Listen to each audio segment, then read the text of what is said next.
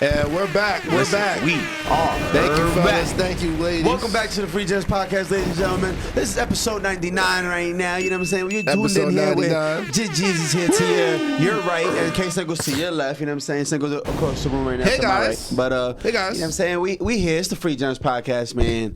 We back and better than ever, baby. We've been stumbling upon a busy week, you know, because you got the NFL Super Bowls on the weekend. Yeah. The Grammys just happened. And you know what I'm saying? And before that, and happy Black History Month. Shout out to yes, it's Black History Month. Shit, I mean Black History Month is every month, but at the end of the day, you know, they gave it to February, so it's cool. Mm-hmm. You know what I'm saying? They gave motherfuckers February. Like, it is what it is. But it actually used to be Black History Week at first, and the reason why February was picked was because it's the shortest month.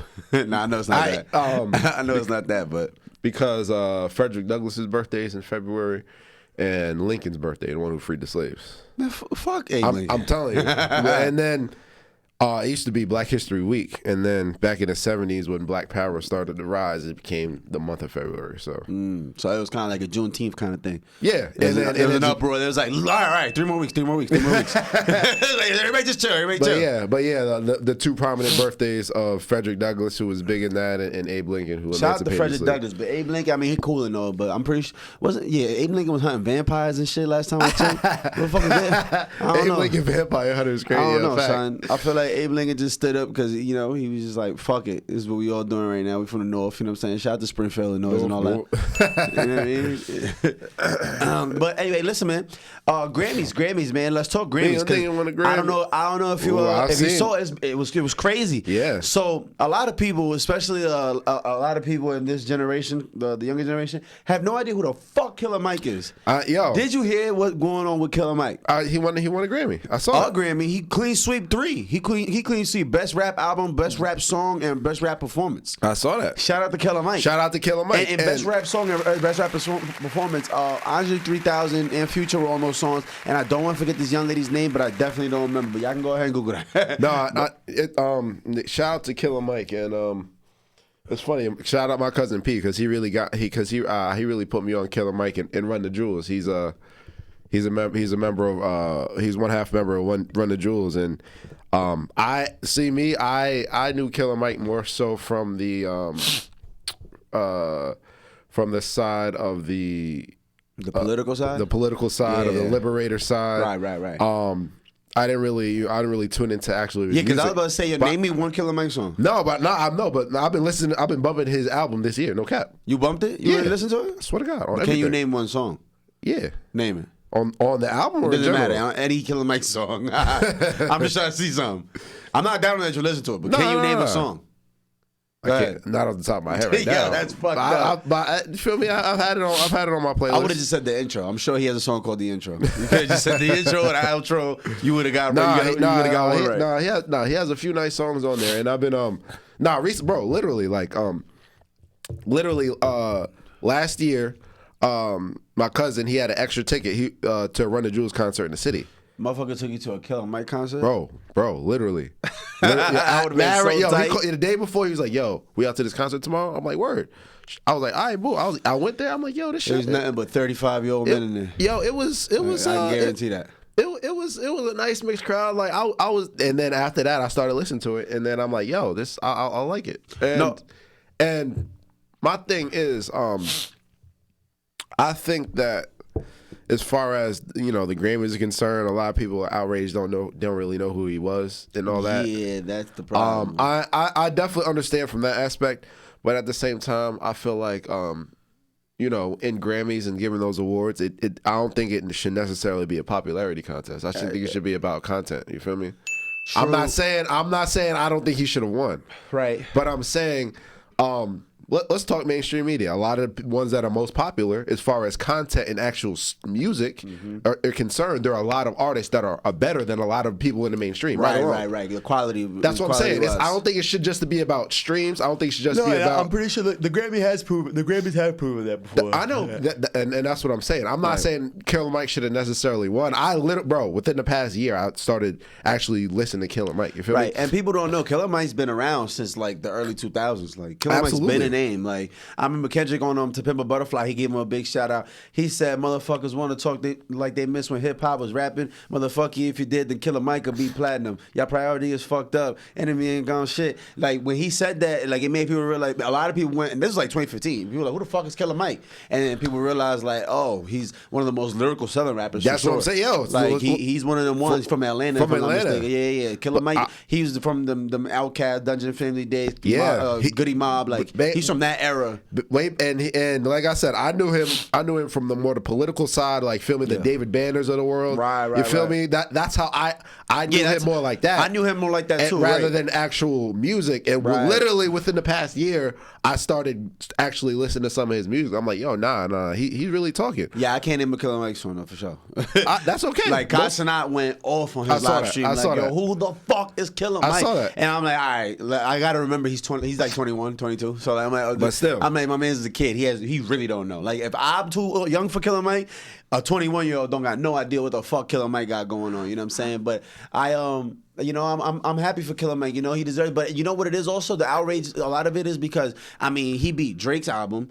I'm forgetting the name of it right now. Yeah, he beat Metro Boomin. Dogs. Yeah, he beat the Metro Boomin album, which was dope. Utopia by Travis Scott. The 21 and Drake. They were nominated. Yeah. Okay, so her loss too. Loss. Okay, yeah, like. I forgot. I think there was another one too that it got slighted for that. I think it was it was Kendrick's album. Really? Yeah. The most recent one. Yeah. Big Steppers. Yeah. Mr. Morale and the Big Steppers. Yeah. Like I said, man, shout out to Killer Mike. That was dope. I understand the outrage, you know what I'm saying? But on the bright side, Future got 2 Grammys off that shit. You know what I'm saying? Shout out to my son. Shout out to my boy, the Batty. But you know, honestly, if you want to talk about what the most outlandish thing about the Grammys is, yo, bro, Nicki Minaj is easily a top 5 greatest rapper of all time, male or female, and has never won a Grammy. Ever. Explain that. Riddle me that shit. I don't understand it. How the fuck Killer Mike got 3? Nicki is literally one of the greatest hip-hop artists we've ever had, male or female. Literally. Like, I'm ready to die about that. And you want to talk I'm ready to die about that. If you want to talk lyrically, honestly, I'll put a top 10 just because impact also has to matter with lyrics. Let's not even talk about her as a person. I'm talking about straight her music. I'm not talking about her as I'm just saying. Absolutely. And then Grammy's got a lot of explaining to do. And I never want to put women against each other, but when Cardi B came on the scene, she won a Grammy like that. You feel me? Yep. And it's like, and Megan Thee Stallion got Grammys. How the fuck she pull that off before Nicki? I'm sorry, that shit don't make no sense. I like the fact that what the Grammys does is it actually shines in the Killer Mike situation. It shines light on actual art rather than what's necessarily mainstream, because that's not necessarily the best type of artwork expressed. But at the same time, when somebody like Nicki has never won a Grammy, that's a problem. That's a big problem. When Beyonce's never won Album of the Year, that's crazy to me. Yeah. Not saying she doesn't have 30 plus Grammys. Yeah. Taylor Swift just got her 4th Album of the Year, which is most all time. A 4th Album of the Year Grammy? Yep. 4th Album of the Year. That's the most all time. You seen her? She was my son 21 Savage. Her 21 Savage and Ed Sheeran. Yeah. You feel me? They was in the cut vibing. But I mean, you know. It is insane that a lot of people haven't gotten their accolades yet. And then you got motherfuckers like Lecrae. You know who Lecrae is? No. Exactly my point. Lecrae won a Grammy for Best Christian Hip Hop. Like, come on, son. Who are you competing against? It's him versus him. It's him and Chance the Rapper somewhere making some bullshit music. Because I used to be the biggest Chance the Rapper fan. His first two mixtapes were fucking classics. I remember that. Classics, like, and even his first mixtape, actually, because he really got 3 first mixtapes. It was 10-Day, fucking Acid Rap and Coloring Book. Acid Rap and Coloring Book are untouchable classics to me. Are. Like classics, like they might be in my top 15, top 20 all time. Not gonna lie, but who the fuck is Lecrae? Who the fuck is he competing against? Kirk Franklin? What the fuck is going on? Do you want a revolution? Like, how the fuck Lecrae got a Grammy before Nicki Minaj? This is my point. This shit is crazy. Yeah, but you know, politics is politics, because I don't know if you saw Jay-Z's speech at the Grammy. I did. That was dope, man. Jay-Z. It was dope to see Jay-Z be human. You know, he was up there nervous. He was very vocal about it. He's like, yo, listen, I'm nervous, man. I tell the truth when I get nervous. So he was telling people, he's like, yo, listen, man. Yeah, like it's cool to, like, it's okay that you might feel like you've been slighted, or you feel like You're not being appreciated, you're not being represented, you're not getting the look that you want. He said, but the most important thing for artists is to keep on showing up, because recently, you know, in the last decade, it's been a lot. Well, last half decade, it's been a lot of like artists that are boycotting the Grammys. They're like, oh, I'm not going, you know, because they feel like they're slighted. So it's like a lot of artists been boycotting the Grammys for a while. Drake was one of the ones for this year. I was like, yeah, I'm good. I ain't with that. And then Hov go up on that stage like, listen, we got to show up. It's important for us to show up until that light gets shined on us. You know, just not too long ago, Grammys wasn't even a hip hop award. You couldn't even get a hip hop award in the Grammys. That wasn't a category. So it's like, if it wasn't for the consistency and the persistency and hip hop becoming so. So prevalent that it couldn't be. It was inevitable. You have to address it as it became the most popular. You know, it became the most popular genre in the world. It's like you have to address that. You can't act like it ain't there, no matter how you want to play it. Like I loved what Hov did when he stepped on that stage, and he was with his daughter. You know what I'm saying? Blue looks like his fucking twin. It's scary, but she also started to look like young Beyonce too, though. So it's scary. Yeah, she started to morph into But she's a little woman now. She looks like she's a teenager almost. Yeah, how old is she? Like 11? She got to be 12? About 13, 14 probably. Something like that. So around there, probably like middle school age. Feel me? Blue Ivy got to be getting up there. She doing Adidas commercials and shit. Shout out to Blue Ivy though. Shout out to Blue Ivy. Yeah, shout out to her little billionaire ass. Shout out to her. Fuck that. But nah, Jay-Z's speech was dope. Yeah, she's 12. Yep, she actually just turned 12. Okay. Yeah. Right. So what is that? Sixth grade, something around there? Yeah, sixth grade. Sixth grade, something just like turned that. Fifth grade. You turned middle school age. Sixth grade. Middle school age. So, but yeah, it just I like I said, I like the fact that the Grammys does shine light on certain artists who necessarily might not be mainstream, but at the same time, you know, some of the award winners, like you remember when Macklemore won over Kendrick and stuff like that. That was the biggest crime. There's a lot of situations where it was. You feel me? So like that was a fucking crime. I remember that. Was that to Pimp a Butterfly? No, that was Good Kid. I think. Hell no. It wasn't Good Kid. Was that the Good Kid? That was Good Kid, Mad City. I think it boy was. kind of Grammys. This is over for that. I think it I don't was. even want to talk about this no more. I think it was. I forgot. You're right. And there was another album that got cited. I think it was YG's. YG's, which is another. My Crazy Life was one of the greatest. That's a top 10 of my personal favorites. But yeah, I think it was Good Kid. I think that was Good Kid year. Wow. I think so. That's highly disrespectful. Yeah. That's insane. I mean, but I get it though. I mean, I guess, you know, Macklemore. But that goes back to that popularity contest, because it's like, how the fuck you gonna put Macklemore over that album? I don't know, but we don't have to talk about that. That was 10 years ago. 12 years ago for real. Yeah, but you know, when it's stuff, anytime it's award shows and people and there's judges and stuff, it's always going to be subjective. Always going to be subjective. Yeah, it's not but that's like criminal right there. Like, what the fuck you mean? Well, that example is absolutely criminal. But other examples, it's always going to be. It's not like, you know, it's not like in sports or like a race where obviously that person's faster. Anytime there's judges involved, it's always going to be subjective. Yeah. You know, we could talk Olympics, it could be figure skating. It's always going to be gymnastics. It's always going to be objective. You know, boxing, some rounds. It's always going to be subjective when there's actual people. There's not a clear win. Dunk contests. Yeah. There's never like you feel me? It's not like basketball. There's not a measurement of clear win. That's what I'm saying. Like, oh, this team beat the other team. Like, there's no. Why? Because they outscored them. That's what I'm saying. You know, anytime there's humans voting on stuff, or we could talk about all pros, Pro Bowl. We could talk about You know, it's always going to be subjective. It's always going to be the what Pro Bowl if. got me tight, bro. Don't talk about that. You know, Fuck is Gardner Minshew doing in the Pro Bowl? Who you telling? Yo, don't remember Snoop Huntley was a Pro Bowler. Who? Snoop Huntley. Fuck is that? The Ravens backup. You remember that? Like one last year. You're not calling by his real first name. Yeah. You're killing me. Yo, he was. I know. Yeah, I don't like that. That's a popularity vote. But yeah, anytime you know, humans have to vote on other humans and their performance, it's gonna be some pushback controversy. No matter what. You know, there are extreme examples like the Macklemore example, and then there's less extreme examples I can't name right now where, you know, okay, some people have argued for this person. Yeah. And at the end of the day, when you talk about art form and artists, there are a lot of artists, you know, they're talking about them and what they do. So, you know, ego's involved. Yeah. In most situations, you know, regardless of what's going on. Yeah. So I'm just, you know, the more I think about it, the more I'm like, yo, I haven't even seen a Killer Mike thumbnail. He don't be in the algorithm. I don't know what the fuck happened. But the more I think about it, the more I understand. Check out his album, Michael, bro. I've been listening to it. I'm gonna listen to it. I have no choice to listen to it. I'm telling you, it's all right. It's all right. Yeah, I like it. I don't feel no way about Utopia, any of the Drake albums, anything that was nominated. I don't feel no way the way that Kid Man City. I feel like you agreed. So it's like, okay, that was wild. But I'm gonna definitely check out Killer Mike. But you know what's crazy is, so I don't know if you saw, but before the actual broadcast of the Grammys came out, which was actually after so the Grammys is pre-recorded. Yeah, I knew that. You know, they can't do it live in case Kanye West want to get on stage and curse motherfuckers out and tell Taylor Swift she's ass. Or 50 Cent want to get on stage and start cursing at everybody. Right. Or you know, Young Buck might want to stab a nigga like the Source Awards. You feel me? You know what I'm saying? Like, so they pre-recorded. They already learned their way. You know what I'm saying? And so Killer Mike was actually arrested after the altercation. I saw that. So it's crazy. You went home with the clean sweep, won 3 Grammys, and then you went and got arrested. It's like, yo, it's funny how the world works. It's like, yo, your best day be your worst day at the same time. Like, we ain't never heard you make no headlines besides anything positive. All of a sudden, everybody hates you for winning a Grammy, and then you go to jail. Now you get booked. It's like, how the fuck? I was like, yo, I see Killer Mike damn near a reverend. How the fuck you went to be jail, gang? Like, you a great example. You know what I'm saying? And shout out to Patrick Mahomes' pops. You heard? Shout out to Patrick Mahomes Sr.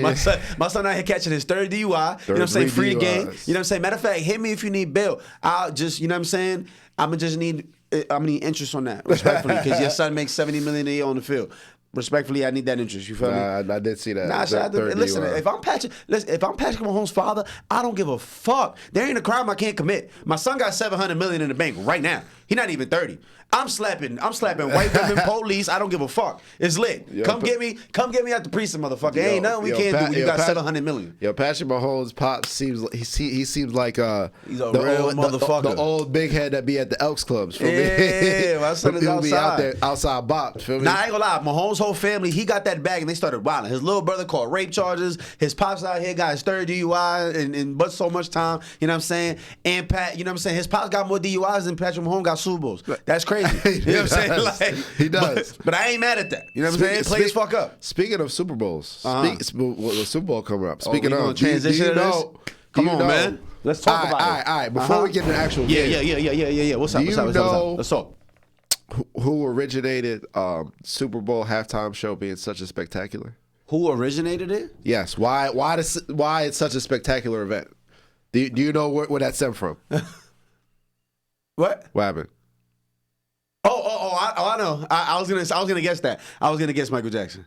Right before Michael Jackson. Ooh, who was it? It was actually the Wayans Bros. Shout out to Keenan Ivory Wayans. Who? The Wayans Bros. Keenan Ivory Wayans. How the fuck do these motherfuckers got their time? They got their hands tied into everything. Let's talk about it. In '92, before Michael Jackson's performance at the Super Bowl, right? Super Bowl used to be. The halftime performance used to be like figure skaters. They used to do like dance routines, marching band, you know, marching band. They thought this shit was a high school game. Instead of fucking pep rally. Stuff like that, right? So in '92, In Living Color was so big, right? Right. So In Living Color, they promoted a Super Bowl halftime show.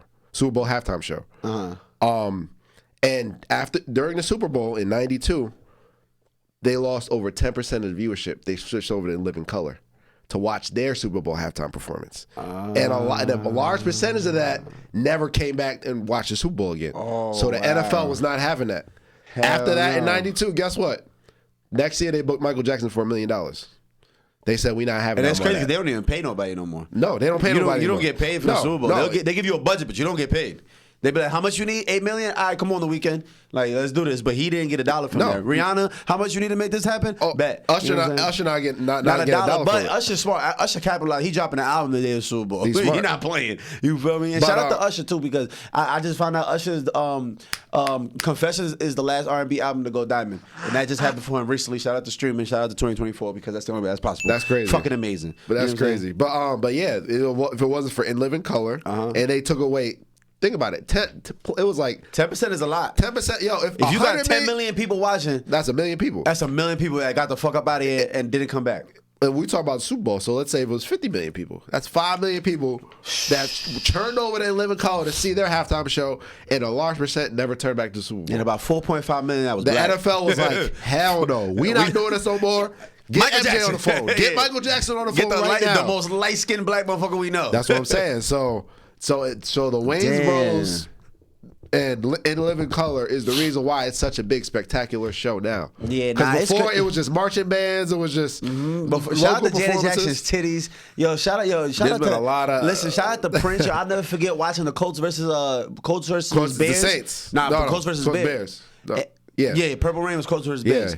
And I remember, bro, he was performing Purple Rain, and it fucking started raining, and it felt like the world was melting at the same. It was crazy. And I'm like 12 watching this shit. I didn't give a flying fuck about Prince at 12. I understood his impact right then and there. I said, this shit is crazy. I see people really crying.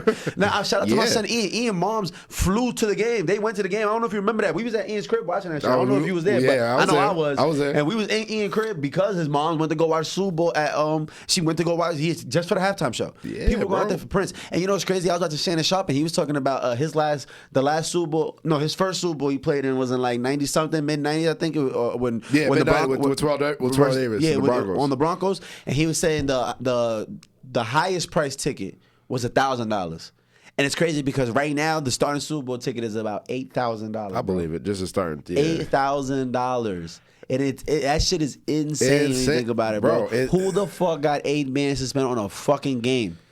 And then you think about having to fly there, pay for a hotel. That's what I'm saying. You there for the weekend. And you know, hotel is hiking it up. That $150 night hotel, I promise you, is $500 or better. Oh, absolutely. Especially Vegas. This shit is in Vegas. I know it's in Vegas. Vegas don't play about upcharging. Vegas get disrespectful. Chick-fil-A gonna go from the meal 15 to about 32, literally. They get out of pocket. I was out there during New Year's last year, and I was like, yo, what the fuck's going on at Pollo Loco? And why the fuck are these meals $25? They were like, yo, bro, it's New Year's. They up it like that during like special holidays like that. It's up. You know what I'm saying? Obviously not Christmas, Thanksgiving. They don't care about none of that. But you talking about New Year's in Vegas? Party? Right. You talking about 4th of July in Vegas? You talking about Super Bowls in Vegas? Oh, it's up. It's up. They upcharging everything. And it's genius, but at the same time, it's fucked up because, you know, the average, like, really, really in-depth, in-tune fan can't even think about going there. You got to be rich to spend spend $8,000 on a ticket, on an experience. That's a family vacation. And most people that get to spend $8,000 on a family vacation, that's once every 5, 6, 10 years. That's not normal to do. That's a once-in-a-lifetime vacation to the motherland. Like what it is, it's corporate. God forbid you want to go with 2 people. Oh, if you want to bring a friend, 16,000? Are you fucking drunk? And that's nosebleeds. You're gonna be up in a month. You're gonna be watching this shit with the pigeons. You know, it's fun. But yeah, a lot of it is corporate. You feel me? Well, we got a section. We got a section. We got tickets we handing out to their clients or whatever the case may be. Patrick Mahomes' mother was complaining. No, Christian McCaffrey's mom was complaining because they couldn't get a suite because they want $250,000 for the suite. Yeah, a 12-person seating suite. 12. Yeah, they want $250,000. That's insane. That's over $20,000 per seat for 12 people. And the problem was, if I'm not mistaken, it was that it was sold out. It wasn't that she didn't have the money, but it was like it was already sold out. And she was like, "Who the fuck was paying $250,000 regardless?" Like for all that, it's crazy because each player gets, I believe, it's 13 tickets. Each player gets 13 tickets. It's 2 free. The other 11 they got to pay for. So even the players is paying. If you want to pay for 11 tickets, you talking about $80,000. You know what I'm saying? But you do get a Super Bowl bonus. Everybody that plays get like a 6-figure check on top of whatever they. Oh, of course. Like they get a 6-figure extra. Right, they get an extra game check. No, but they also get a playoff game check is bigger than the regular season game check by a lot too. Like I think everybody's and it don't matter. You could be on a practice squad. You're guaranteed $100K or better. Like you know what I'm saying? And then Super Bowl MVP gets an extra little cut. You know what I'm saying? A little $500,000, whatever it is. But on top of a free, GMC Denali or something. You know how they always give. Yeah. I'm going to Disney World. Right. They out here giving Teslas to motherfucker that owns a race and shit. Like. But whatever, you know what I'm saying? Shout out to him. But thinking about the tickets, it's like, yo, if I'm in the NFL, bro, fuck that. We selling them tickets. And like, you gonna give me 11 of these bitches? He's talking about 8,000 a piece. I need that 80,000. Yeah, especially if I'm a borderline practice squad dude and I'm not gonna even play on the field. Fuck, I'm gonna bring my whole family for mom, dad. Y'all got them 2 free tickets. These other 11 is going to whoever the fuck need them. Yo, shitting me? It's speaking of free tickets. It's funny. I saw something where this guy won 2 free tickets to the Super Bowl in Vegas. And like his girl was so mad because he took his best friend instead of her. Yeah, that's static. That's static. He was and his explanation was basically like she doesn't even like football. She's not a football fan. And she's just dumb. But it's really the experience, though. You know? Oh, absolutely. It's definitely the experience. What, the Super Bowl? That's something you could. What, you frame them tickets for me? Like what? Yeah, literally. Right. It's a once in a lifetime experience. Yeah. Like for real. Like that's not not even that. There's only been 50 some of them, 58, 59. I think we're on the 59th. If I'm not mistaken. And it's Usher concert.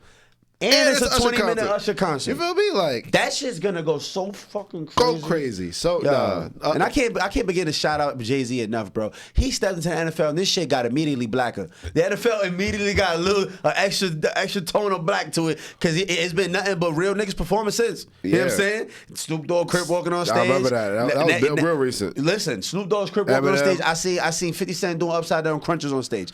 Cool. Boom. Go to Rihanna. We seen pregnant Rihanna looking like Sexy Red out there. Feel me? Shout out to Sexy Red. She just had a baby too. I saw that. Then boom. Now we got Usher. Usher Raymond. You know what I'm saying? Like I'm telling you, once Janet Jackson's titty came out, it was like we are stopping this shit. Hell no. Bring on the Red Hot Chili Peppers. Yeah. Bring on these motherfuckers. Bring on Bruce Springsteen. Who the yo, bro? Born in the U.S. Nah, nothing got me more tight than U2. They pull out U2. Shout out to Bono, but come on, son. Don't bring fucking U2 out for the halftime show. Come on, son. Nobody under the age of 40 knows what the fuck is going on. Like nobody gives a fuck about U2. But shout out to U2. They was the first person to strong on my iPhone from me without having to actually plant a gun. They blew mine. I'll never forget that shit. 2014, I woke up with a U2 album. I'm like, yo, what the hell on my is going phone? on? It's two men kissing on the fucking album cover. I'm like, I don't know what this is, and I didn't download this. But you know what I'm saying? I realized everybody had it, and I was like, all right, cool. I'm not the only one who woke up like this. Because who did this to me? I remember with Janet Jackson's titty. I'm like 8 years old, bro. That might have been the first titty I see besides my mother's. That was the Rams Patriots Super Bowl. That was the Rams Patriots. Yes. That was that long ago. You sure? Yes. I was that young. I remember. Rams Patriots Super Bowl. That was their first Super Bowl. I don't think so, gang. Nah, hell no. I'm pretty sure. Hell no. That had to be Eagles. I don't think it was Eagles Patriots. I was old enough. I was old enough to understand what I was watching. I was old enough to see. Oh shit, titties out. Rams Patriots Super Bowl was like 2000, gang. Justin Timberlake was like 18. That was on one. That was like on one. Yeah, no. That was the beginning of NSYNC. He wasn't even a solo artist yet. He wasn't. 2001, he was not a solo artist. Fact. That's a fact. Now you made me want to Google it because I know I'm not bugging. My timestamps be all right, like especially when I think about Super Bowls and shit. Because like I remember the first Super Bowl I paid attention to was that I really knew what I was watching was Patriots. Was it Panthers? Yes. Panthers. Musa Muhammad went off. Steve Smith went off. Yeah, and Jake Delhomme. I thought Jake he was Delhomme. nice. Yeah. That was the first Super Bowl I really watched, and then after that I was hooked. I was like, oh, this is amazing. I watched that Mike Scotty house too. I think you might have been there. I don't know why. I feel like you was there. It was either you or I don't remember who it was, but I know for a fact me and Mike Scotty was watching that shit. Hold on, Janet Jackson Super Bowl. I gotta figure this out. Let's see. Drum roll, please. 2004. I was on money. I was on the money. I was on the money. That was let me just make sure I'm not buying Super Bowl. They call it Nipplegate. Shout out to Nipplegate. Nipplegate is crazy. Who played in the Super Bowl? Panthers versus Panthers versus Patriots. Okay, Panthers. Panthers versus Patriots. Yeah. Shout out to Nipplegate though. Nipplegate is crazy. That's definitely funny. But yeah, that was an intense moment. Bro. that changed TV. That was equivalent to like the Chris Rock slap. It was. It broke the internet. Everybody sitting at home with their family. Listen, it wasn't even the internet. It wasn't really even the internet back then, but that broke the internet. That broke the internet. That broke everything. Everything stopped for that shit. Yeah, the world stopped. That shit was amazing. We never heard from Janet Jackson again after that. I'm not gonna lie. She canceled herself out the game.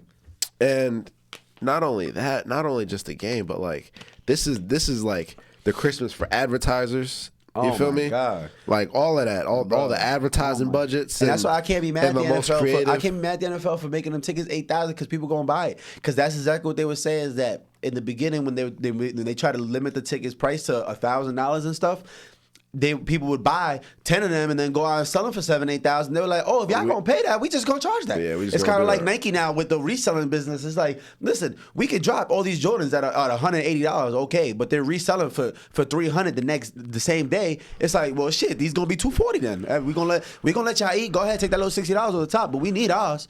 These LeBrons, they $220 on top. Remember when sneakers used to be $160? Nah, I remember Growing that, up as a kid, new Michael Jordans was $160. Bro. Now them choices, $200 is the minimum you're gonna pay for a pair of Jordans, and that's the average weird colorway, OG colorway, $240. You paying that $240? Yo, they got all white Air Force Ones for like $120 now. Bro, I remember $130. All white Air Force Ones used to be $60. The most $80. that used to be a staple in the community for first day of school fit. Yeah, first day. The all white Air Forces, what? And them shits is done by that Friday. Yeah. But shout out to the all white Air Forces because they helped a lot of people. They carried a lot of people through that first week of school. The souls start turning off white. Yeah, shit me like yeah, bro. It was crispy for about 3 days, and then on the third day of school, middle school, everyone playing ball in them. Feel me? It's funny though because I actually never had a pair of all white Air Forces probably till I was like damn near 20 something. I never bought an all white pair. No, I definitely have. I had plenty of other pairs of Air Forces, but I wasn't the all white pair kind of dude. Plus, they used to always sell out. Always sold. Them shits was always sold out. Like, especially because back then, them shits was $60. You know what I'm saying? Them shits was $60, $70. We showing our age. That's crazy how inflation works, bro. Them shits day used to be $60. Yeah, now, bro, now they're and I'm not talking about kid sizes. Them shits was $60. I'm talking about adult sizes too. Yeah, 60 American. Yeah, but. Yeah, that's crazy. Shout out to the Super Bowl. I want to ask, since we on camera right now, I need to know, man, what's your Super Bowl pick, man? I need to know. I want to know your Super Bowl pick, and I need to know the correct score. Can't bet against Mahomes. You know that. Can't bet against Mahomes. You know that. Honestly, on paper, the Niners are a better team, but it doesn't matter. Yeah, that don't fucking matter. It don't matter. They got light-skinned Jesus on the other side. It don't matter. And so I got the Chiefs 24. That's crazy. That was the number I was at in my head for some reason. 24-21. 24. Yo, that's insane. That's literally what I was just thinking. But now I don't want to say that. 24. If that's your prediction. That's your prediction. You got me fucked up. Hell no. Fuck 24, that. 20, I can't do that. 24-21 Chiefs, and after the Gatorade's gonna be orange. Orange Gatorade. Orange Gatorade on Andy You might Reid. want to put that ticket in on FanDuel because y'all didn't even know you could bet on the color of the Gatorade. It's crazy. Orange Gatorade. You could bet on the color of the Gatorade. You can bet on the coin toss. It's going to be You head bet and on tails at the beginning of the game. You bet can on bet on anything. anything. But, you know, you can bet who's going to get the first penalty, who's going to get the last penalty. It's crazy. But you know what's actually even more crazy is, so last weekend during the AFC Championship, I went right on Instagram right before the game. Never happened. Ravens versus Chiefs, right? Never happened. Ravens versus Chiefs. I went on right before the game, and I was like, yo, don't ever bet against Mahomes. Y'all about to learn today. Watch this, 17-10 Chiefs. And yo, I shit you not, bro. The end of that game, 17-10 on the dot. And all I could think about was, yo, the odds on that were plus 32,000, bro. Plus 32,000. For people who don't understand what that means, it means that if I would have put down $10, I would have made $3,200 off that bet. If I would have put down $100, I'd be up $32,000. If I would have put up $1,000, I would have been up $320,000 off guessing that correctly. Never happened. The chances of that happening are 1 in 32,000 times. That means I could do that 31,999 more times, and I won't get that right. But you said the odds were 32,000? 32,000. So that means if you bet. So that means if you would bet $10, you'd win $3,200. Facts. Wait, no, I thought it was $1 if it's 32. If it's 1 in 32,000, if you bet $1, you get 3,200. Oh, you're right. So if $10 would be 320,000. What? Nah, hell nah. No, if $1 is 3,200, no, $10 is 32,000. Okay, Yeah. you're right. Yeah, $10 would be 32. Dang, yo, fuck that. Nah, but it never happened because you ain't never put the ticket in. So I don't want to hear none of that. It ain't happened. So $100, I would have been up 320,000. 320,000. I mean, a band, I would have been up 3.2 million. Yo, I would have smacked the shit out of you. I could have came in here and broke these cameras. I would have been in here just bugging out. Like, yo, mom, don't worry, reimbursing all this shit. We getting all new shit. You would have been 3.2 million off 100. We are buying all new. Matter of fact, we moving the studio. It's lit. I mean, it's over. We just doing anything for no reason. 3.2 off the fuck around is crazy, bro. Off the nothing. Off the nothing. Nah, FanDuel would have did some bullshit. They would have pulled that. They would have pulled that money back. They know how they paid me $32 million. They were like, this nigga knows something. Fuck that. Yeah, they would have known. They were like, no. We don't. It's a cancel withdrawal. Yeah, right. Cancel withdrawal. Yo, nah. I've seen shit like that. I've seen shit where like people win the jackpot in Vegas and don't get paid. Yeah. Oh yeah. They said see if I don't go to jail for burning this shit down. It's a machine malfunction. See if I don't burn this shit down. I've seen that the slot machine malfunction. Right. But yeah, don't worry, we'll get you a complimentary steak dinner. I'm strong. I want to own the steakhouse. I'm talking about a steak dinner. I'm going behind the counter and putting motherfuckers in the chokehold. Like, give my It'll be weekend at Bernie's. I'm not leaving that bitch till I get my bread. I'm not. I'm stapling myself to this floor. I don't give a fuck. It could be 2,500. I'm not leaving till I get my bread. I'm airing everything out. Mine. Okay? Fuck that. This casino gonna be named after me. I just realized, I didn't even give you a prediction. All right, so my prediction Super Bowl. Patty Mahomes, San Francisco 49ers. I think Brock Purdy's going to learn what it is to be in a super high-pressure situation. Shout out to him. He's having an amazing beginning to his career, but he stands no chance against the Batman. The Bathman. The Bathman. Okay? I'm sorry. I'm going to go... I'm not gonna lie. I think the Niners defense is gonna get exposed. They're gonna learn what it is when you have a 6'6" white man with a black haircut. Shout out to Travis Kelce. You know what I'm saying? First white boy with a proper fade. I don't know who his barber is, but he clearly go to somebody in Harlem or something because that's a black haircut. I don't know that you don't get that at Supercuts. No, that's a fact. You don't get that in the middle of Kansas City. He's flying somebody out great there. cuts. Yeah, you don't get that in great Super Clips. Yeah, you don't get none of that at Super Clips. I'm gonna go. Chiefs defense is crazy. 27-14. I'll give them 27-14. Okay. With 2 missed field goals. Okay. That's how I'm coming. Yeah, the Niners are gonna miss 2 field goals. They're gonna be stressed. Jake Moody's been. I don't even know if I don't even know if he's been good or not. For some reason, something told me to put this on record. They're gonna miss 2 field goals, but it doesn't matter because they're gonna lose by 13 points anyway. So it doesn't really matter. But you know what I'm saying? Let's go Chiefs. And Mahomes, I trust all day, every fucking day. I'm the only reason why I'm going for the Chiefs. I don't really like either team personally. I love greatness, man. I want to see greatness unfold in front of my eyes. But I gotta root for the Chiefs. Got to. We're single-handedly watching the greatest NFL career ever unfold in front of our face on a daily basis. Please tell me there's an argument for anybody who's been greater than this, because I could do this all day. Brady got 7, bro. I said the beginning of the greatest career you've never seen. You said yes, the beginning of the great. But I'm saying he's had the greatest beginning of a career ever. Absolutely, and it's not even close, bro. He has the same playoff amount of playoff wins as Peyton Manning right now. He's 28. Peyton Manning played fucking 17 years. Like, come on, son. I think he's like 14-3. Peyton Manning ended like 14-11, something like that. 14, something like that. Listen, man. I'm going to explain something to people. What Patrick Mahomes is doing, Michael Jordan didn't want to start winning champions till what, 93 or something like that? 92? Nah. No, 91. 91. He got in the league in 85. 6 years later, he won his first chip. Yeah. Okay. Patrick Mahomes stepped onto that field and immediately won an MVP, was clearly the best player in the league, won a Super Bowl, and just clean swept every fucking record for a first-year starter. Clean swept damn near every passing record besides touchdown record that was set by Tom Brady. But he had 50 touchdowns his first year starting, bro. It's fucking ridiculous, bro. Wait, Tom... There's only been 2 people to ever score 50 touchdowns in a season. And one of them was Tom Brady and Peyton Manning. And they were in their fucking middle of their prime in year 10 and fucking 15. And you're telling me this young man, his first year starting at 23 years old, sets the NFL on fire, wins the MVP. So what I say is Patrick Mahomes' tier is if Jordan went through that 6-peat, if he did that year one. As soon as he stepped on the court. Year 1. That's what he's doing. You're talking about 6-peat.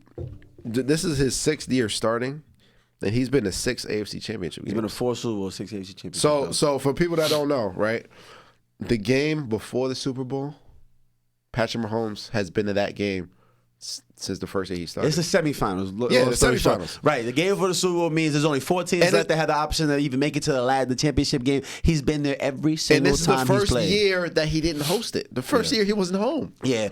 We don't want to lose y'all too much on understanding because the analysis, listen, if you know, this is the greatest football player we've ever seen in our lives. I don't care what nobody tells me.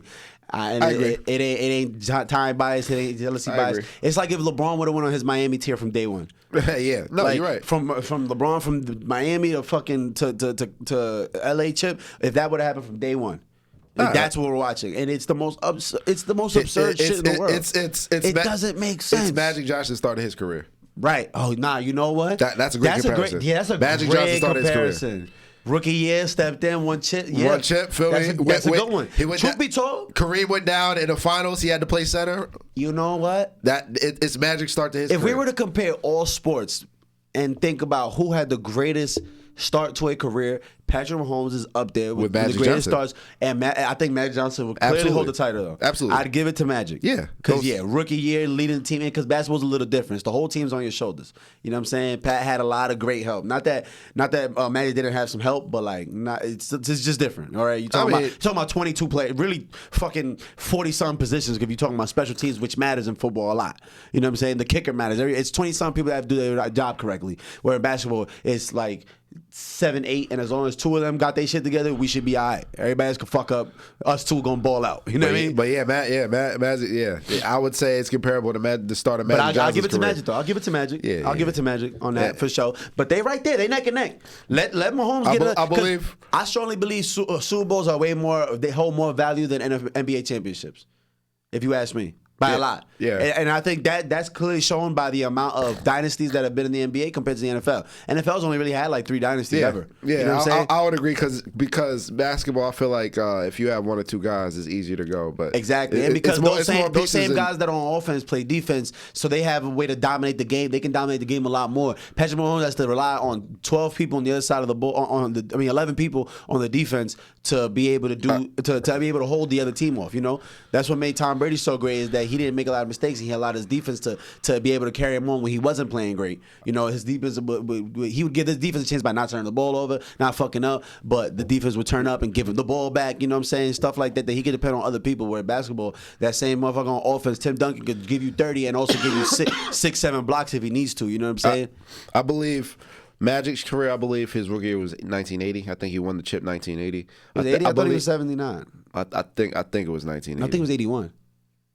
I think it was 80. Yeah. And then the second year, I believe Julius Erving won, or Larry Bird. Yeah. And then the third year, Julius Erving won, which either one didn't win, and then they won the year after that. The Magic. But Bird and Magic went back to back in championships the first 11 years straight. Bro, and their rivalry was since high school. Yeah, I mean, right. Yeah. And college, their rivalry was crazy. Indiana State versus Michigan State. Yeah, word. It was shout out to them. But when I think about what we're saying, man, this is historic, man. It's beautiful to watch. It's beautiful to be able to say, like, yo, I saw that. I saw Tom Brady. I saw LeBron James. Now we're watching Patrick Mahomes. And shout out to the youth that's gonna be able to watch this, man, because don't take this for granted. And this isn't normal. And it's funny because still, like, once he loses Tyreek Hill, he lost Tyreek Hill, Super Bowl. Right. You feel me? He's having the worst season of his career this year. What happens? Super Bowl. You feel me? Like, literally having the worst season of his career. He just lost his reliable target, Juju. Super Bowl. Yeah. You feel me? Like, this shit is ridiculous, son. Shit is ridiculous. But yeah, definitely, I still. So basically, in the NFL, there's only been 3 dynasties that have won 3 Super Bowls or better. You know what I'm saying? And when you think about it, 3, yeah. No, it's been 4 actually. The Cowboys, the 90s Cowboys, the 80s 90s Niners, the Patriots, and the Steelers of the 70s. Those are the only 4 teams that ever won more than 3 Super Bowls. And then Patriots did it twice. Yeah, the Patriots did it twice. But they're in that 4. You know what I'm saying? The NBA, talking about 3 chips, that ain't shit. 5 chips are better. That's what people do in the NBA. NBA is 5 chips. You got the Spurs got 5 chips. Kobe got the Lakers had 5 chips. The Bulls got over 5 chips. They had 6. And just the sheer fact that they got 5 is crazy. Magic Johnson had 5 chips. The Lakers did multiple generations. No, Kareem got 6. Magic Kareem got 5. Because he had one in Milwaukee before he came. Right, with Oscar Robertson. Yep. But I say that to say it's like, it ain't even about a 3-chip thing. It's motherfuckers doing 5 or better. Like, hey, that let you know, like, it's a little different the way you'd be able to dominate. You know what I'm saying? And even the teams that get multiple Super Bowls, when you think about it, it's just not that many. Teams that got 2. Even 2 is like, and there's a lot of teams that have never won. Right, so many teams. There's still teams that never been. A lot of teams never even been. You know what I'm saying? Yeah. And not to keep harping on this, but you got to look at the run Mahomes had for this playoffs. You feel me? Yeah. Wild card round, they beat Miami. If you would have told me during the season Miami was going to win Super Bowl, nobody would have said anything.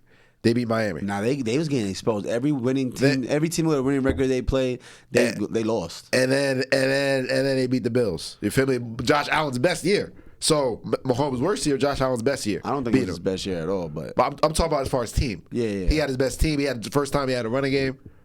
You feel me? I think that's arguable. No, I don't know if it's his best team. Yes. Maybe. Yes, absolutely. You know what it is? I just hated the style of football they were playing. Absolutely. They were running the ball. Absolutely. Josh Allen was averaging 140 passing yards. I didn't like that. Absolutely. I didn't want to see that. Absolutely the best team he's been on. And then you got MVP Lamar, the Ravens. You feel me?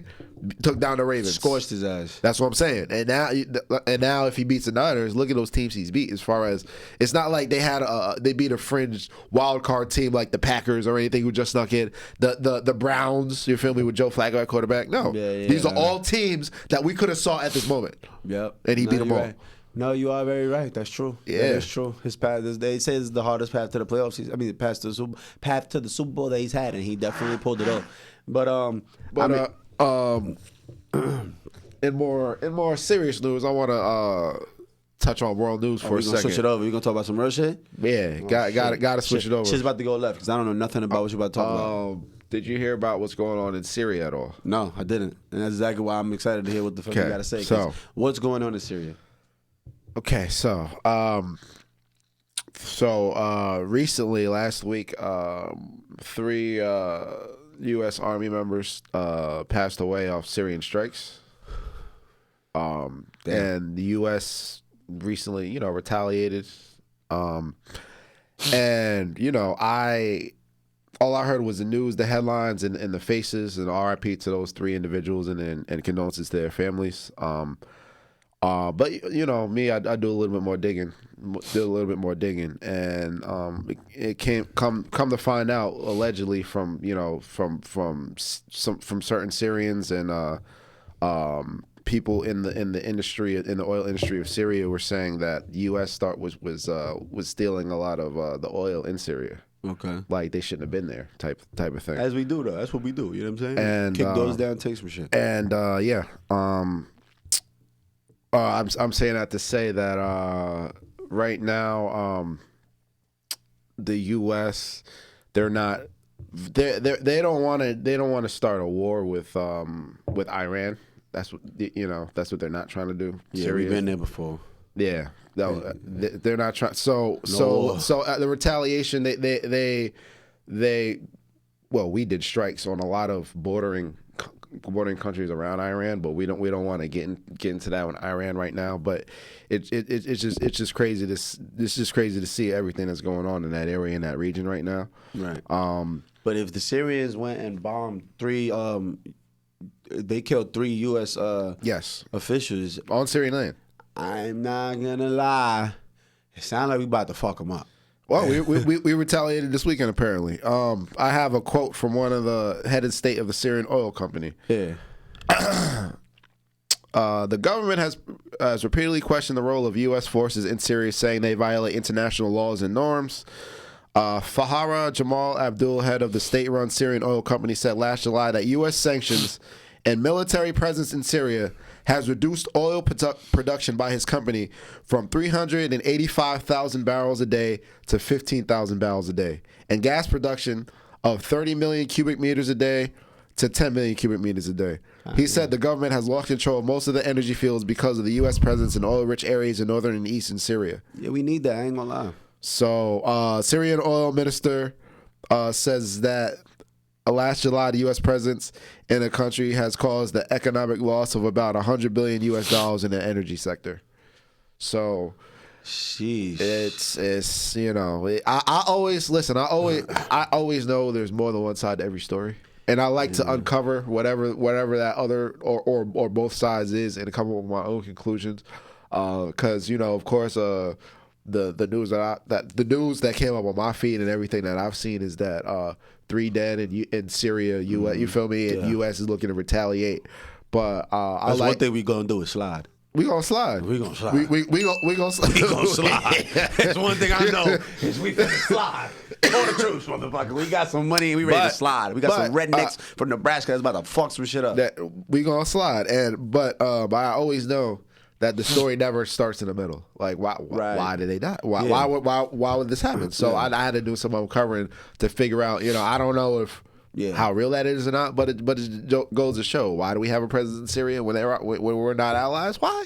That's what we do. So I just wanted to give both sides of the argument here, and hopefully this doesn't trickle down to anything more. And I feel for the three service members that lost their lives. I feel for the Syrians and other border places of people who are displaced and have nothing to do with what's going on, who lost their lives or whose lives have been affected by this. I mean, not for nothing, man. The history of the world is really fucked up, but I really am one of those people who believes it's not to sound so cold about it, but it really is what it is.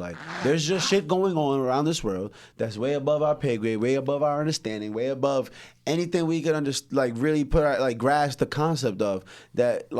it's just gonna happen no matter what. It's gonna keep on happening. You know what I'm saying? Like, and it's fucked up that there's gonna be real lives are being lost, and we talk about them like they're just numbers on a piece of paper. Yeah, it is truly fucked up, and it does bother me. But like, it really has been this since the beginning of time. This is what humans do. This is all part of our nature. We want to conquer some shit. We want to kill some shit. We want to own some shit. That's just what we do. And all that is in the name of getting some pussy. No matter how you look at it, it goes back to what I was talking about a couple episodes ago. This shit is about power, dog. This shit is all about power. We've been doing this shit since day one. And one thing we know about the motherfuckers that run this country is when they get to some shit and they want that shit, they strong arming that shit one way or the other. And if you don't like it, move on. And if you want to retaliate, you could do that. But you see what we did to Japan. So you might want to calm down, Syria. No disrespect to all my Syrians. Shout out to the Syrians. But y'all might want to chill. You know what I'm saying? You don't want this war. Shit gets nasty.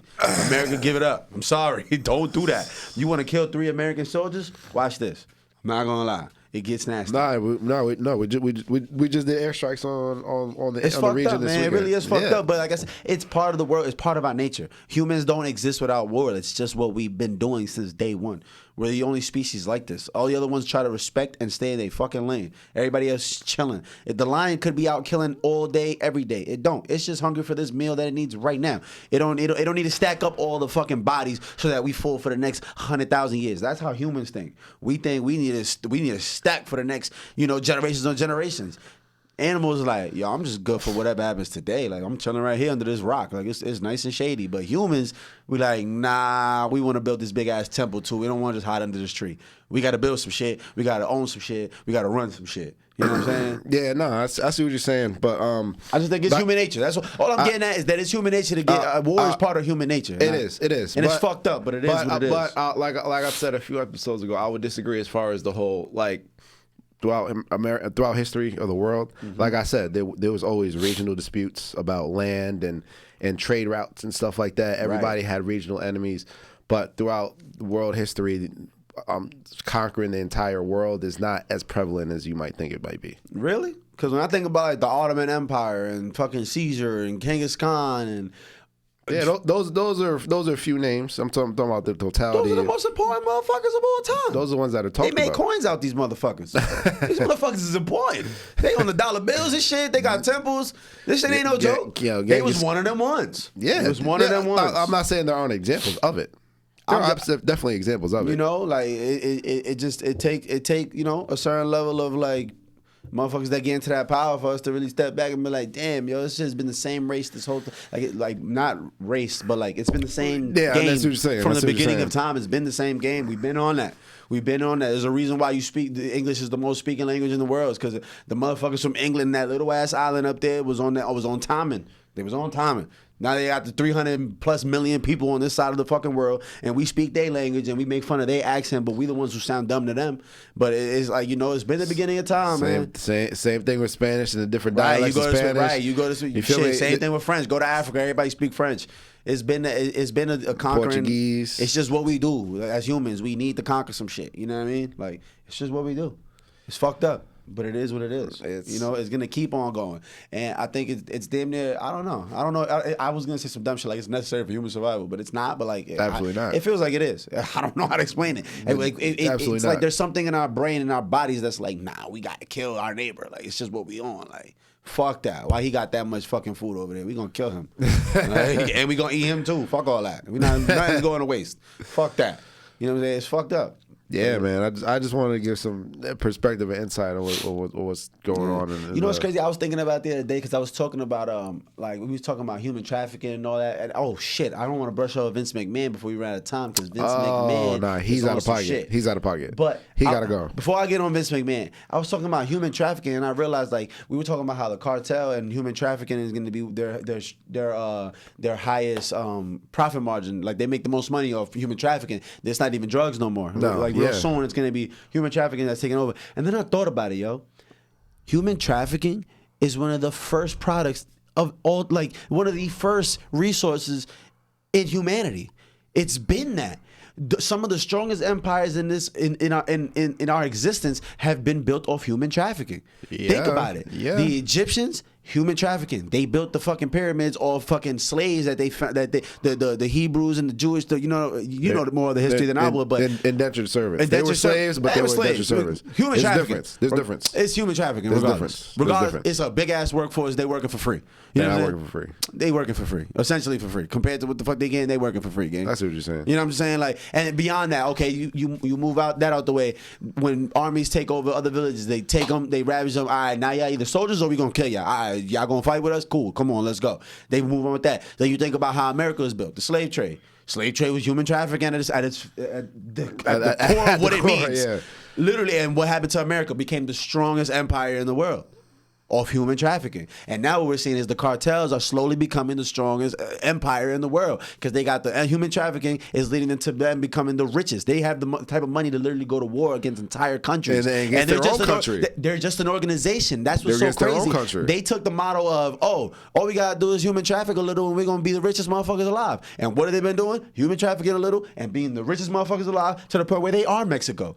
It ain't a car. They are Mexico. Yeah. They are the government. And now we're watching them take their turn. And it's fucking wild how, like, literally this shit moves across the world. Like, you know, from the Middle East to down back over Asia. And then it moves over to Africa and Europe. And then all of a sudden America has its turn. Now South America's about to have its turn. And it's crazy how you reap what you sow. And this shit all goes full circle. Which is damn near something I said in episode 1 of this. This shit goes full circle. And El Salvador as well. But the new president is coming in with an iron fist. Remember I spoke about that before? Yeah, bro. New president of El Salvador? Yeah, so human trafficking, son. There's something to it, but it's been since the beginning of time. That shit has been the backbone to the most strongest empires ever. Yes, absolutely. Ever. You're not lying. Blew my mind when I thought about that shit. Yeah, dude, yeah. Absolutely. Food for thought, y'all. Food for thought back home. Absolutely, and a lot of times it's kicking your door. This you know you're either part of my country now or I'm gonna kill you. Shit, yeah, exactly. Yeah, yep. And women and children. You're either part of this empire now or you're not gonna be here for very long. Right. Yeah, it's fucking wild, bro. But you know, it's part of what I was saying. It's been the way of the world. We've been on that. You know, it's been that. There were slaves in the Bible. Like it's been that. Like for real. It's spooky. Oh yeah, of course. Yeah. It's spooky. There's lots of slavery in the Bible. Let's get on to Vince McMahon. Oh yeah, he gotta go. We gotta talk about it because I ain't gonna lie. If there's one motherfucker that I feel like is guilty immediately, he's out of pocket. Vince McMahon. I ain't gonna lie. First of all, I've always known Vince McMahon. In my head, I know he's racist. I don't give a fuck. Just all the characters that he created, like Booker T, son. Why is Booker T's name Booker T? Don't do that to Booker T. Washington. Why the fuck is Booker T the one black man, the one token black character from the '90s, and he was like a little just over the top with it. Like, it was a little too much. You know what I'm saying? Dig it, sucker! Like, come on, son. You know that was written. That he didn't. That's not him. That's not who he is in real life. Bookend? What? Nah, remember that snippet they got of Booker T? He was like, "I'm coming for you, nigga."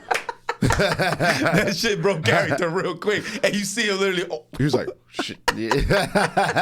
Shout out to Booker T. But Vince McMahon apparently has been getting a lot of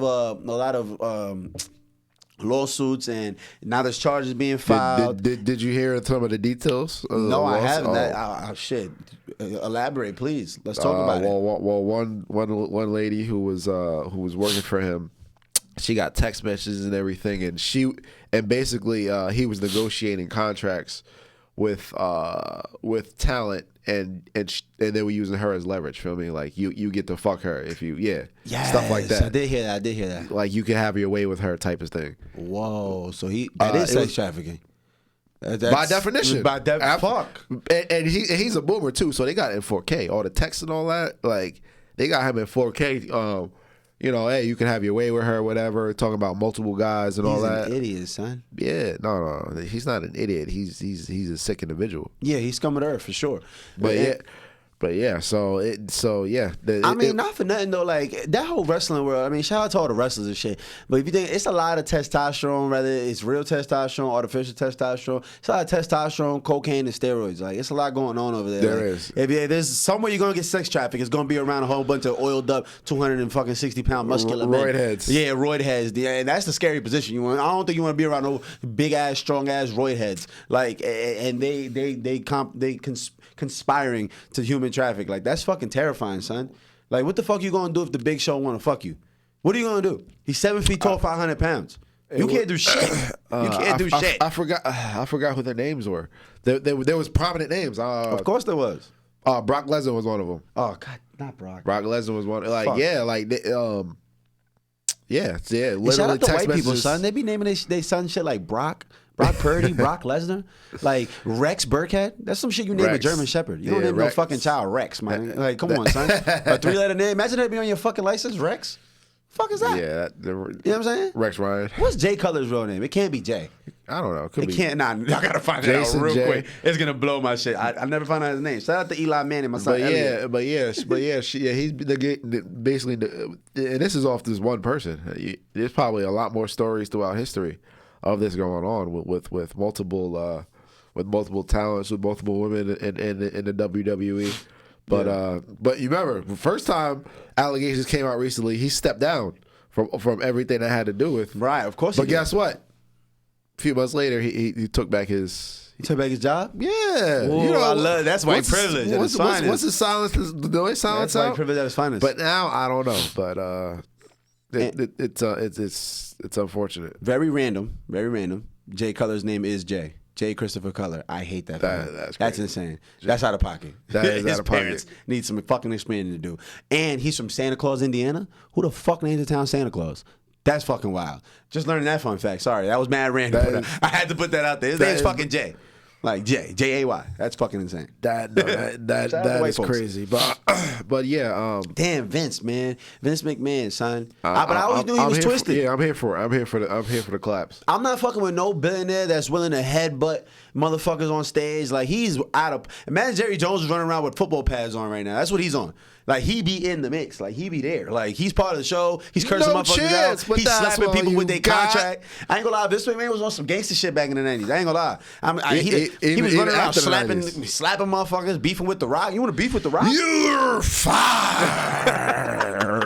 Nah, word, bro. And shout out to Stone Cold. He might have been the most racist, non-racist that black people loved. Motherfuckers loved him. No. If you would have told me that he was racist, absolutely. But there was some. He had some quotes that came out that goes against everything I thought he would go against. So it was something about gay marriage. I was about to say like he's that. with the same-sex marriage. Shout out to Stone. Shout out to Stone Cold. And he's done. He said some other stuff with his core fan base. When you would think his core fan base would be so outraged that he said. Yeah. Shout out to Stone Cold, man. I remember watching The Longest Yard. Him and Goldberg was on that shit. That shit was fire because they felt like that was them. Like, you would think that had to be a character. He said, that's how a white man runs the football. Word, shout out to Longest Yard, man. That's one of them GOAT movies for me as a kid. Word. But yeah, man, it's really crazy how those people are really characters. You know. Yeah, it is. Yeah. But Stone. But we gonna see how the saga continues with Vince McMahon, man. I'm here for the downfall. All the creeps, all of them, every single one. Listen, I'm here for it. Listen, just let Jay-Z and Rock Nation run the WWE, son. That shit, you're going to have Travis Scott in the middle performing. Rock Nation. You know what I'm saying? You will crumble. right. That shit'd be crazy. Oh, before we get up out of here, matter of fact, because listen, we about to wrap this episode up. I just want to let y'all know, there's video coming out, and apparently Megan Thee Stallion is lying. This bitch is fried, and Tory might be getting out of jail soon. Y'all stay tuned. Really? Listen, there is footage, and it's coming out, and whoever that bitch was that asked for immunity, Megan's friend, why the fuck would you ask for immunity if you ain't do nothing? I'm going to leave it on that note. Oh, yeah. You talking about Kelsey. Kelsey, right. Kelsey asked for immunity, got on stage, testified on the motherfucker. What the fuck you need immunity for if you ain't do nothing? Why we never question that? And apparently this footage has been suppressed the whole time. The DA refused to acknowledge, the judge refused to acknowledge it, and it is going to exempt my man's Tory Lanez. And if that's the case, it's fucking lit. Because I'll take back everything I said against Tory. He's a fool if he shot her. But if he didn't, Megan. I was about to say that. Ooh, Megan, I was about to say that. Listen, I've been on Tory's head. On the record, I've been on Tory's head. Listen to me. I'm going to cook this bitch. I swear to God. Oh, if my son gets exonerated, bro. Yo, it's over. I've been on Tory's head. And we suing for everything. I'm taking everything from him. But hey, if I did a year for this. If this comes out and and he gets exonerated, then it's lit. Listen, Because I've been on Tory's head. I will be partying. I've been on Meg's side the whole time. Because one thing I cannot stand for is an innocent man going to jail for some shit. That's absurd. And if it does, listen, it's going. I'm sorry. I don't mean to sound sexist, but women, I'm going to trash out if this happens because I called it from the beginning. But we're gonna see. We're not gonna get too ahead of ourselves. Listen, it's been the Free Gents podcast, episode 99. Man. We got a lot of special things coming. We gonna just show and tell. We ain't gonna talk too much about it. Man. Episode 99, man. Thank y'all so much. Thank you guys so much. And we out of here. We gone. gone. I'm gonna 3 hours of sleep. I don't know how long.